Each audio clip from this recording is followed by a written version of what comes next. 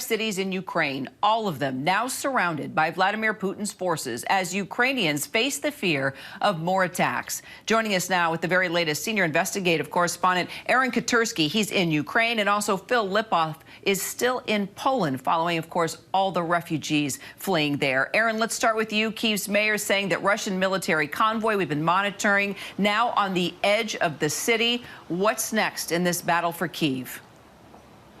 That's the question, isn't it, Kira? That convoy has been menacing the Ukrainian capital for several days, poised to advance into the city at any time when the Russians can get it started after some food and fuel and other logistical problems. But there are troops encircling several other Ukrainian cities, and those troops could easily, after that, move toward the Ukrainian capital. It gives Vladimir Putin some options. It's believed he still wants to target the capital. I'm just off the phone with the American ambassador to Ukraine. She says that American military hardware has already been brought to bear here in Ukraine. So some of the losses that the Russians are now acknowledging are coming by the Ukrainian Defense Force with the assistance of some American military hardware. Well, let me follow up on that, because Russia is saying now, according to this statement, 500 of its troops have been killed. This is the first time Russia has even given a number, Aaron, right, of its military casualties. And then Ukraine is saying many more Russian soldiers have been killed. Now, ABC hasn't been able to confirm independently these reports of casualties. So maybe you can add some context here. And also, you know, why do you think Russia is releasing these figures now? This is the first time in 7 days of fighting the Russians have actually put a number on the number of on the troops that they have lost, about 500. It's far fewer than the Ukrainians say. The Ukrainians believe they've killed maybe 5,000 or more Russian troops since this began. It's an impossible number to independently confirm.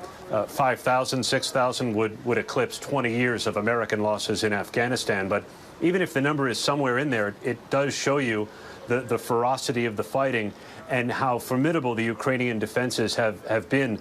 The Russians are probably keen to bury any bad news for domestic consumption. Undoubtedly, the number is probably higher than they're acknowledging.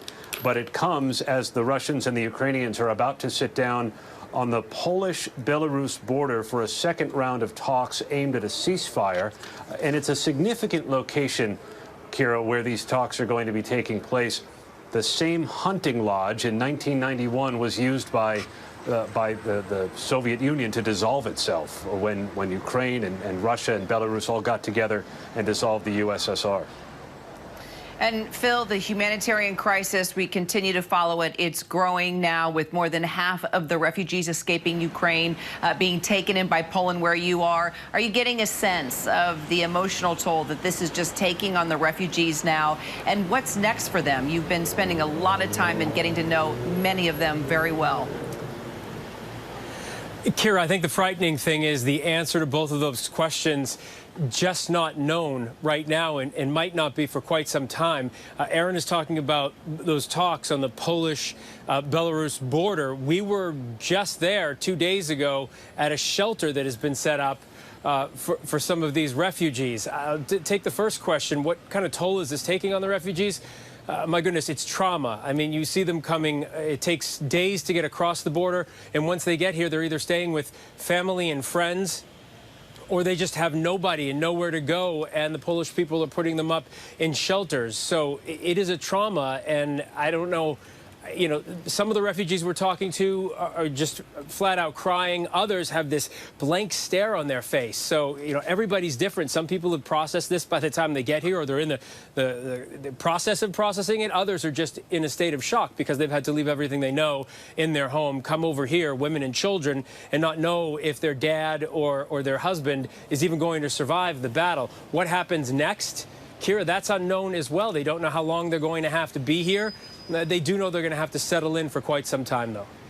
And efforts also, Phil, underway helping soldiers as well? Yeah, we saw that today, Kira. We actually drove past what in American terms would be like an Army-Navy store. But this one was much more than that. We went in and spoke to the owner who is Ukrainian, like so many who live here in Lublin and in Poland. And he was exhausted, said he's sleeping a couple of hours a day. What he is doing is spending thousands of dollars of his own money. And along with his friends here, they are putting together packages of everything soldiers would need, not just the soldiers, but their friends who are in Ukraine as well. And they are taking all this across the border. He is going across the border and coming back. And we've told you how long it takes to get back. He is just exhausted, but he said, I'm fighting from here. Those are fighting in Ukraine. I'm Ukrainian. I can do what I can from Lublin, Poland. I am fighting from here. And he's getting everything from, supplies, blankets. We saw knives. I don't know what else is going, but he did say he's spending thousands of dollars because he's seeing the pictures we're all seeing on the TV screen right now, and he just can't handle it. Wow. Philip off, Aaron.